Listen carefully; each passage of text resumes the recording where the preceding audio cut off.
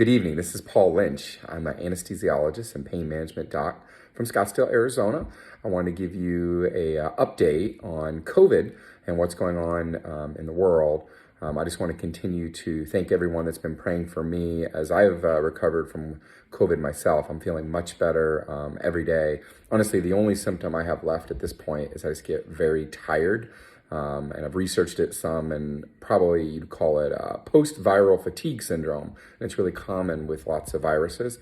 It should get better slowly, but I'm feeling much better. No problems with breathing or fevers or really anything else. So I'm just so thankful, and thank you guys for your support as I've gone through all this. Today, I want to talk about antibody testing.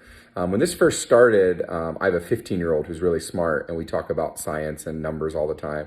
And what him and I talked about maybe 2 months ago is what we really need to do is just randomly test thousands of patients across the United States as quick as we humanly can, because that will give us a sense of what's the prevalence of this disease. And so my son and I brainstormed through how that could happen and what was a good way to do it randomly, so you're not just testing one group or another.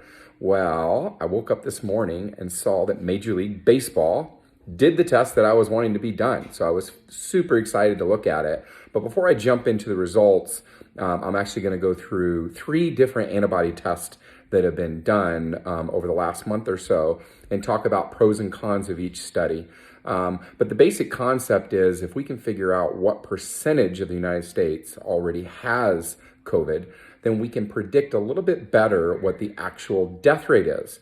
And the numbers have been kind of all over the board on this. In order to really interpret it, you need to understand what sensitivity and specificity is. So with that as a background, let me jump into my lecture here.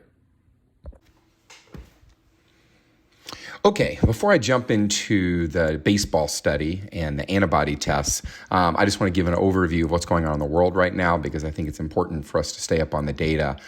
There's about 4.25 million cases worldwide now of COVID, which is pretty remarkable over just about a 4 or 5 month period. And throughout the world, there's about 286,000 deaths. If you look at just the United States, we're up to almost 1.4 million positive cases, and our death rate sits at almost 82,000. So we're at 81,769 deaths from COVID. If you jump over to our world in data, which I've been showing here, I'm starting to see a trend that makes me happy. Today, we only reported 734 new deaths. Now, keep in mind, this is a Monday, so getting the reporting in over the weekend can sometimes be a little bit difficult. But even being a Monday, if you look at the base numbers, meaning like there's peaks and troughs here, if you draw a trend line, and I'm sorry, I did this with my iPhone, so this was kind of down and dirty version, but I did a trend line over the last 5 weeks on the troughs, and what you can see here is it does actually for the first time look like we are bending the curve in terms of death rates in the United States. So I was actually pretty encouraged seeing this morning. We've actually had a decrease in overall death rates in 3 of the last 4 days. And our number that was reported today, 734, is the lowest death rate recorded in almost 6 weeks. So I see all that as really positive things. And I would just say, again, I've said it on this vlog before, we are doing all this not for nothing, right? We are staying inside. We're doing all sorts of things in a heroic effort to save lives, and we are finally starting to see the death rate come down. So I'm hoping to see this trend continue over the next couple of days. And if you stay tuned here, I'll report on this again later in the week. So let's jump into these tests that have been done. So there's been 3 large antibody tests that I want to review. One was done in Santa Clara, California, and showed somewhere between a 1% and 3% overall infection rate in that area. And then there was one done in New York State that showed about 14% of the state of New York had antibodies, which makes a lot of sense because that's been kind of ground zero for this disease. And then the most recent one, which I found was released this morning, was super interesting, was done from Major League Baseball. And the Major League Baseball one was really interesting to me because it was a cross-sectional analysis of the entire United States. This went out to all the baseball teams, including the 2 New York teams, and they were able to look at multiple employees, both men and women, professional athletes and supporting staff, all in, they studied 5,754 people. So this is the largest antibody test done to date. This was kind of like the study my son and I talked about 2 months ago needed to be done. And so I'm going to dig into the results of that in just a minute. But first of all, if you're going to interpret the data, you need to understand the concept of sensitivity and specificity of test. Now, I spent a lot of time thinking about how I was going to teach this. It's a really kind of complicated thing to teach, but at a very high level, this is a definition I got from mcrit.org, which is a ICU online handbook. And basically they say sensitivity is the probability of a positive test within a group of patients who have the disease. So when I was trying to find out if I had the disease, I wanted a test that was as sensitive as possible. And so basically if it comes up positive, then I know that it's pretty accurate. And if it comes up negative, then I know I don't have it. Unfortunately, a lot of these tests are only like 80 or 85 or sometimes 90% sensitive. So even if it says you're negative, there's still like a 10 or a 15% chance that you actually have the disease. And so that's not ideal. If your sensitivity is really low and you come up negative, and let's just say it's an 80% sensitivity test, there's still a 20% chance you have the disease. And so the different tests that I had basically had about 85% sensitivity. And it did come back positive, but if it would have been negative, it means that there's still a 15% chance I had the disease. I hope that makes sense. For a specificity, what it means is the probability of a negative test within a group of patients who don't have the disease. And so when we're talking about screening someone for the disease, you really want to look for a test that has a lot of sensitivity. But if you're doing an antibody test on the population and trying to find out what the overall prevalence is, meaning how widespread is the disease, you really want to test with the highest possible specificity. And so before I jump into these studies that were done, I just want to show you there's 3 main tests that are being done. And if you're doing an antibody test, you really want to focus in on the specificity of the disease. And so Roche's test is probably the best. It's 99.8% specific. CellX is probably the worst for any of these antibody tests. It's 95.6% specific. And the Premier Biotech test is the one that was used in the California study. It's about 99.5% specific. So what I want to do here, and I found this on the Quartz website, and I'm going to put a link below because I think it's really interesting. They do a simulation of 1,000 people, and you can write in your predicted prevalence at the top, because prevalence drives the accuracy of these tests. And I'm going to do a simulation here, and then you can see what I'm talking about. So for the first simulation, I've plugged in New York City numbers. And New York City numbers are predicting that it's about 20% of New York City has the disease, which makes sense because we've seen 20,000 or more deaths there. And so what you can do is run a simulation of 1,000 people. And so in the beginning, they're simulating that 20% have it. So I'm going to hit start on this.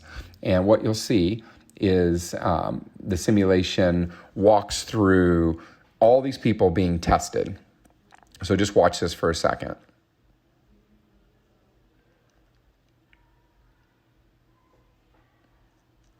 So now with a 20% prevalence and using the Premier Biotech test, which is 99.5% specific, you can see that our test correctly identified 156 people with antibodies, but it also said 4 people had antibodies when they actually didn't. And so if you look at it, if you got a positive test, it's a 97.5% chance that was correct. That's pretty accurate. So if you got a positive test in New York City with 20% of the people having it and you were using the biotech test, if you got a positive test, you can round up to 98% chance that it's accurate. But what happens if we run it in a low prevalence area, like say Santa Clara? And I'm going to come back to this in a second. In Santa Clara, there weren't a lot of people with the disease. And so I reran this simulation with 1% of the people in the population having it. And then I run the same analysis. And so now it's running through the population. There's not a lot of people that have it. The test, remember, is still 99.5% specific. So it's going to be pretty good at picking it up. But what's really interesting at the end, in a population where only 1% of the population has the disease, the test picked up 8 people who correctly had the disease, but it also said 7 people had antibodies when they actually didn't. So in this situation, The results went from 98% accurate in the New York data to only 53% accurate, which simulates what happened in the Santa Clara study. And so this is probably the best way that I know to kind of explain it, but I want to jump into each of these studies again and just repeat what I just said. So there was a study done in Santa Clara. They used a test with 99.5 specificity. And but they actually say the confidence interval on that is 99.2 to 99.8. So you could have as much as 1% false positive. And so the concept here is if 1% of the time it says you have the disease when you don't, and it's only prevalent in your society at 1% of the time, then the test result is indistinguishable from the actual amount of people in your population that have it.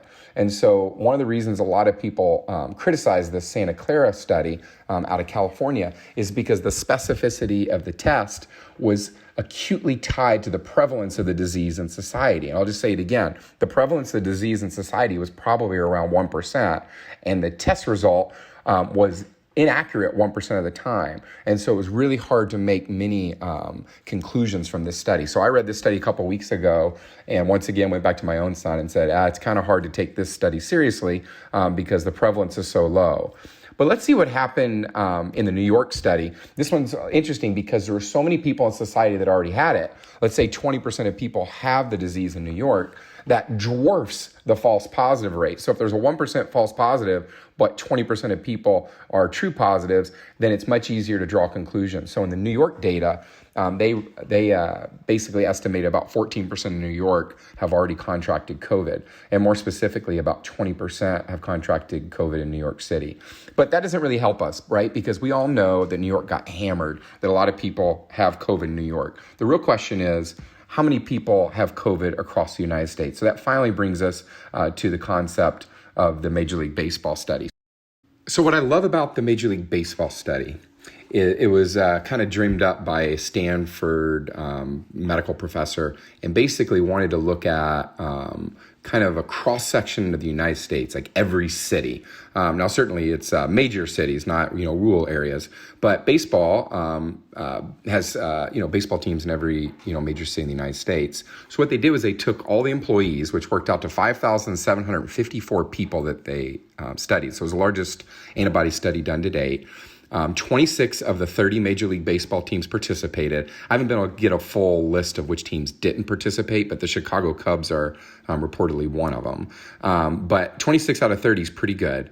There were some limitations. Men made up 60% of the study. White Americans made up 80% of the study, so that's not ideal, particularly with this disease, which seems to hit Latinos and African Americans harder.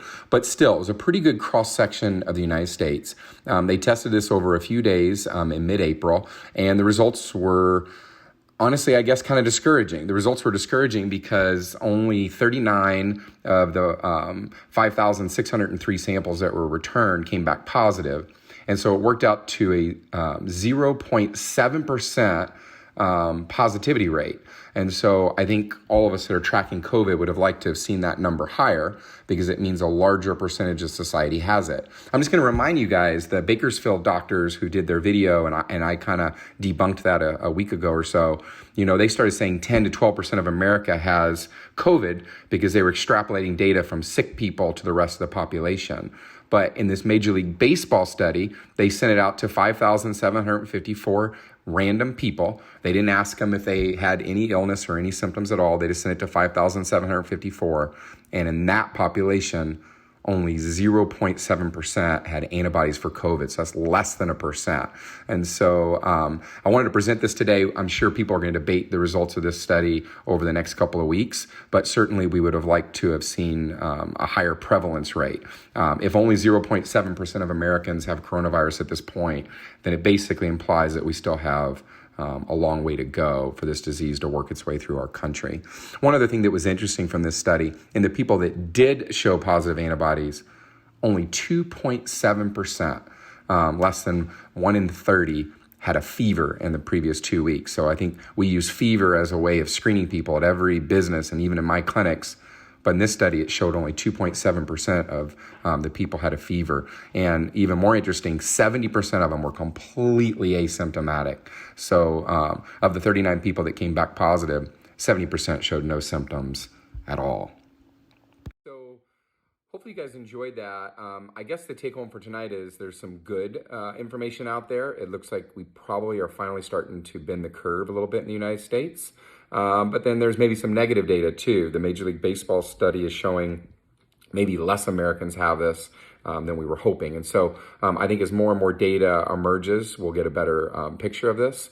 But hopefully that was helpful for you guys kind of digging into the data. I guess what I want to finish with, I always try to give a positive message when I can. And I think I just continue to thank God that, I have the opportunity to teach and help in this time of, crisis.